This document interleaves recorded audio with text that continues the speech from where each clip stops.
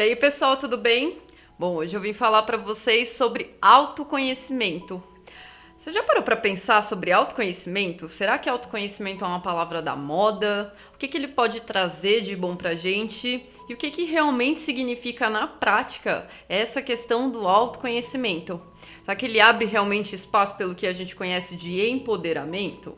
E como que eu consigo superar os meus limites diante do autoconhecimento?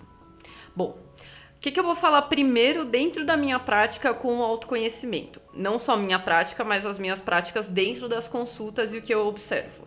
Quando as pessoas buscam autoconhecimento, muitas vezes o marco inicial delas é alguma situação que ou está gerando um tipo de sofrimento, ou então você já está trabalhando com algo que esteja te limitando.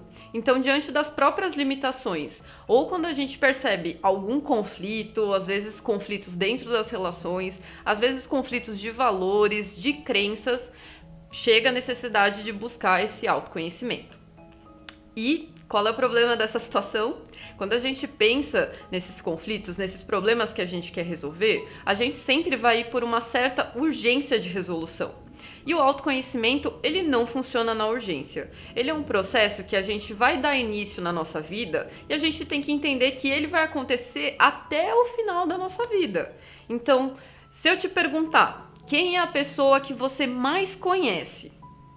Será que você consegue me responder isso falando sou eu? Isso é o autoconhecimento. Às vezes a gente vai ter um direcionamento de falar, eu conheço muito, por exemplo, a minha mãe que eu convivo com ela. Eu conheço muito o meu relacionamento. Como que esse processo foi desenvolvido? Será que de um dia para o outro você tem a capacidade de conhecer profundamente os gostos, personalidade, jeito de pensar, jeito de lidar de outra pessoa? Esse é o mesmo direcionamento que eu vou ter comigo e entender alguns aspectos que até a gente percebe como mais profundo, né? Às vezes a gente vai conhecer uma pessoa, mas a gente não vai conhecer ela profundamente. Eu não vou saber quais são os traumas dela, eu não vou saber como que foi o convívio familiar, eu não vou saber a raiz das bases de crenças e valores que aquela pessoa teve.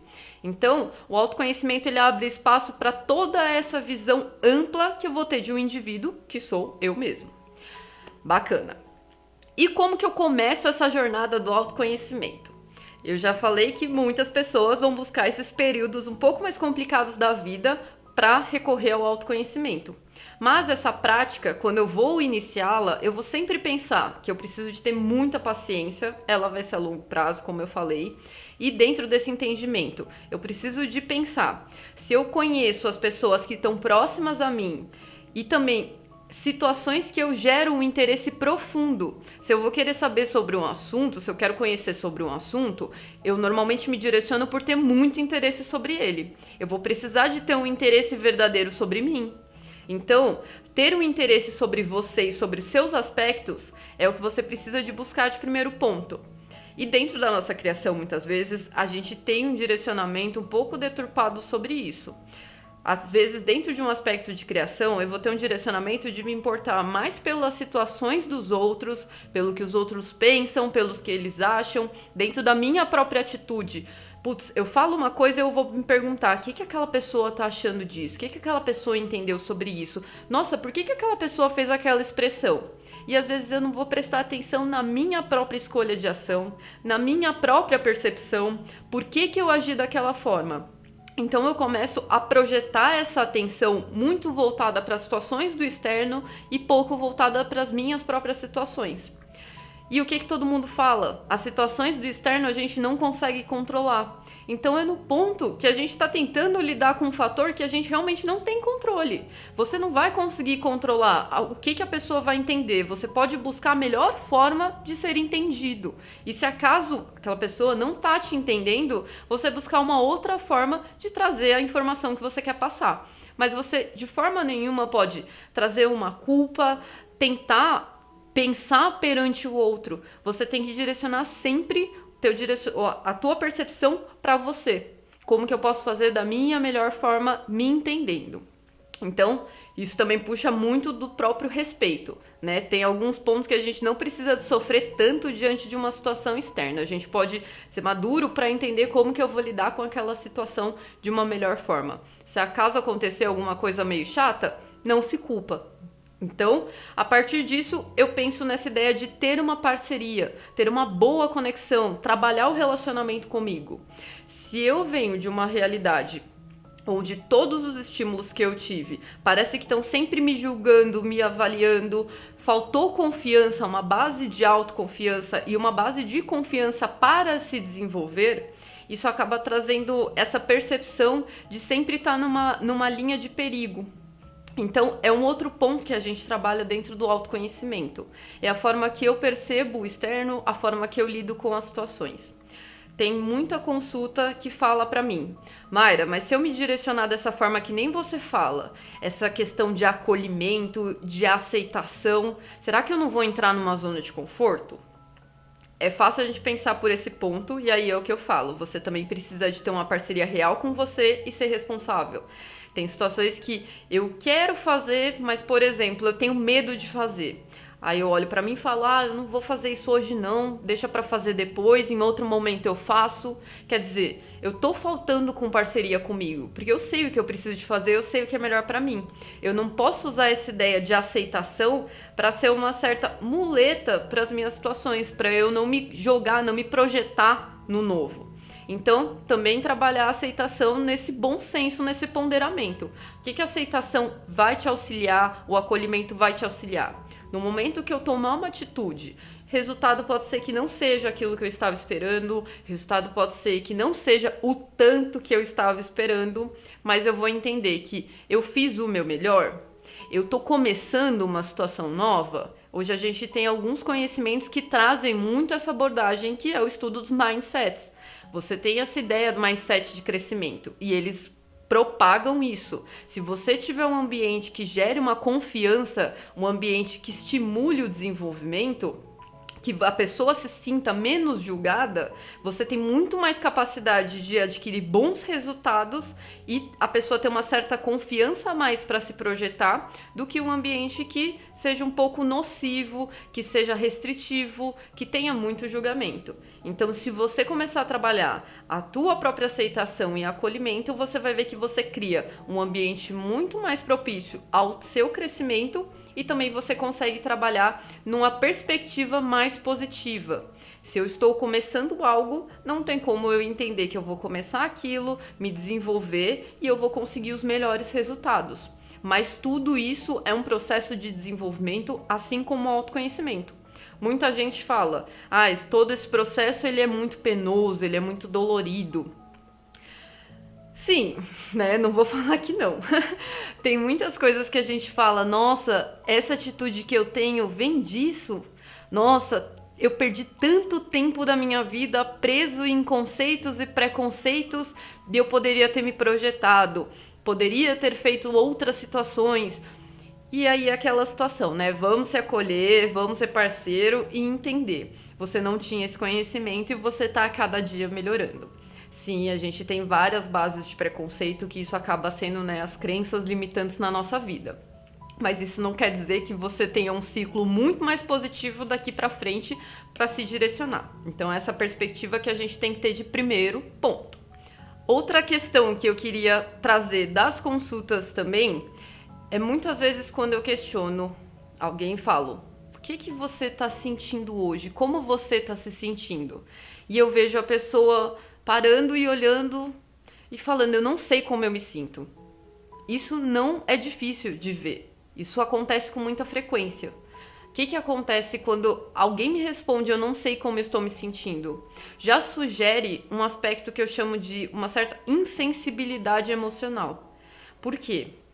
Quando você começa a lidar com alguma situação que te gera um desconforto, que te gera tristeza, que te gera raiva, que te gera principalmente uma emoção negativa, né? A gente vai entender depois que não existe emoção negativa, mas uma emoção que a gente não gosta muito de lidar, uma emoção desconfortante, é normal a gente tentar, se eu não consigo, se eu não me vejo capaz de resolver aquilo, às vezes eu não posso resolver naquele momento, ou então eu não me sinto confiante para resolver aquela situação, eu crio uma certa... eu silencio aquela expressão, aquela vozinha interna. Então, a partir do momento que eu vou criando uma história, vou tendo escolhas, e eu só vou construindo isso em cima de silenciar o que eu estou sentindo, eu crio uma certa insensibilidade. Então chega num ponto, chega num momento assim, abre espaço para você falar o que você está sentindo, você não consegue perceber mais. Aquilo tá tão oculto já que não vem mais aquela mesma intensidade, aquele crivo que você teria. Então é muito importante, se eu tenho uma emoção que ela vai me denotar um entendimento do que está acontecendo comigo, como eu estou assimilando as situações do meu externo e o que eu estou vivenciando, imagina se você está sem esse direcionamento, é como se você quisesse chegar num ponto que é se entender e você não tem um mapa, não tem uma bússola, literalmente você está perdido no meio do caminho. Então é muito importante retrabalhar esse aspecto, permitir sentir-se. E qual é a questão? Quando eu começo a não sentir, criar essa insensibilidade, eu vou ficar perdido nas minhas rotas e a partir desse momento eu vou criar uma autofrustração. Eu não consigo perceber mais o que me incomoda. Só que o que me incomoda continua me incomodando, pode ter certeza disso.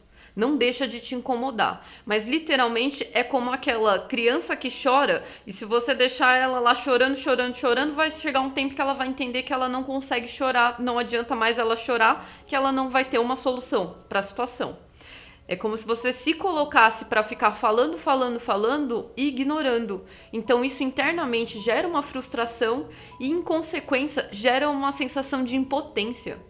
Não adianta se uma situação não esteja positiva para mim, não adianta o que eu falo, não adianta o que eu trago, não tem resolução. Então eu estou impotente perante o que me causa insatisfação. É muito importante a gente entender o que nos causa insatisfação, o que nos desagrada, para entender como lidar com essas situações, gerar soluções para isso. E quando a gente percebe isso na decorrência da vida, a gente vai conectar com um ponto que às vezes as pessoas chegam, que é o ponto de perder esse sentido de vida. Se eu não tô me ouvindo, se eu não tenho esse mapa, não tenho bússola, tô perdido sem direcionamento de quem eu sou e quais são os meus objetivos, é muito fácil eu começar a tomar escolhas, tomar ações e atitudes que não condizem com o objetivo que eu quero ter, as conquistas que eu quero ter e a concepção de vida que eu quero construir. Então, na hora que eu perco a concepção, essa lógica, né, de uma certa linearidade de construção de vida, eu perdi o meu sentido de vida. E isso é muito complicado. Você chega num ponto que parece que tudo está fora do eixo. E às vezes não é que tudo está fora do eixo. Você precisa se reencontrar, se reconectar para você recriar esse eixo. Sim, dá para questionar. Será que você enxerga que as suas escolhas estão condizentes com os seus objetivos? Se não estiver condizente, reproporciona esses objetivos, presta atenção neles e coloca atenção nas escolhas que você está tendo. Por que você está escolhendo o que você está escolhendo hoje? Por que você está agindo da forma que você está agindo hoje? Isso pode estar relacionado a muitos fatores, como base de crença que você tem. Lembra que eu falei? Existem crenças limitantes. Essa ideia de você se colocar em segundo plano e colocar a importância das outras pessoas, a observação dos outros em primeiro lugar, o que os outros acham, acaba deturpando, se torna uma crença limitante. Muitas vezes eu vou deixar de fazer situações porque eu tenho medo do que as outras pessoas vão pensar. Tem a base dos seus valores pessoais. E muito da nossa base vem da construção familiar. Então, quais são os valores familiares? Quais são os valores que você tem? Às vezes, esses valores, eles acabam sendo inflexíveis, pode ser que sim. E isso cria um sério problema para você se direcionar. Eu sei qual que é meu propósito de vida? Não é regra você ter um propósito. O mais importante, na real, é o sentido de vida. É você saber que a vida que você vive é condizente com a vida que você quer viver. Então, assim, dentro desse contexto, foque no seu sentido de vida. E o aspecto da personalidade. Qual que é o seu reconhecimento individual? E é isso que o autoconhecimento traz. Qual é a pessoa que você se reconhece? Então, ter essa personalidade individual eu vou começar dentro do autoconhecimento a trabalhar isso e entender. Pode ser que eu sofra influência em determinado grupo que eu esteja, porque isso acontece. Assim como a gente tem influência dentro da questão familiar, eu tenho influência dentro dos meus relacionamentos. Lembra que as pessoas falam, né? A gente é a média das 5 pessoas que a gente mais convive. E de grupo para grupo pode ser que eu me veja como uma persona um pouco diferente. Porém, eu preciso sempre de entender, isso faz parte de mim? Eu sou uma pessoa que eu me adapto nos grupos, eu gosto de interagir com as pessoas e eu me permito absorver um pouco mais dela. Isso pode ser que faça parte da tua personalidade e você só vai saber se você tem essa característica se você entrar no aprendizado do autoconhecimento, se você gerar esse interesse por si. E entendendo isso, um adendo que eu queria falar sobre a questão de personalidade. Antes a gente tinha aquela ideia que personalidade é algo extremamente imutável. Eu não vou falar pra você, se você falar, eu não gosto da minha personalidade, eu queria mudar a minha personalidade, né? Falar, mude sua personalidade. Não, você já tem uma base que foi muito construída. Você tem uma base que foi construída por todas as suas interações. A sua personalidade, sim, também é um produto da tua história. Só a gente pensar, se você pegar um ser humano e mudasse ele de realidade desde o início da vida dele, você acha que ele teria exatamente aquela personalidade? Então, quer dizer, isso é um aspecto moldável também. Então, existem situações, sim, que você pode mudar a personalidade, você não precisa de atribuir como o que diz respeito à minha personalidade é fixo. Às vezes a gente cria um mindset fixo, literalmente pensando por essa linha de raciocínio. Você tem a capacidade de evoluir a tua personalidade. Mas permita-se também reconhecer, valorizar, ter autoestima do que diz respeito às características da sua personalidade. Começa como uma dica. Trabalha com o princípio da tua personalidade. Trabalha com quem você é. Quando você começar a aceitar essas situações, aí sim você vai ter o primeiro passo para conseguir evoluir também esses aspectos. Bom, era isso que eu queria falar para vocês sobre autoconhecimento. Queria que vocês deixassem aqui também nos comentários a opinião que vocês têm e o que vocês entendem do estudo do autoconhecimento. Se você já teve alguma experiência bacana, deixa aqui no comentário para as pessoas saberem. E se você gostou desse conteúdo, curta nosso conteúdo, se inscreva e ative o sininho também para receber as nossas notificações. Te vejo no próximo vídeo.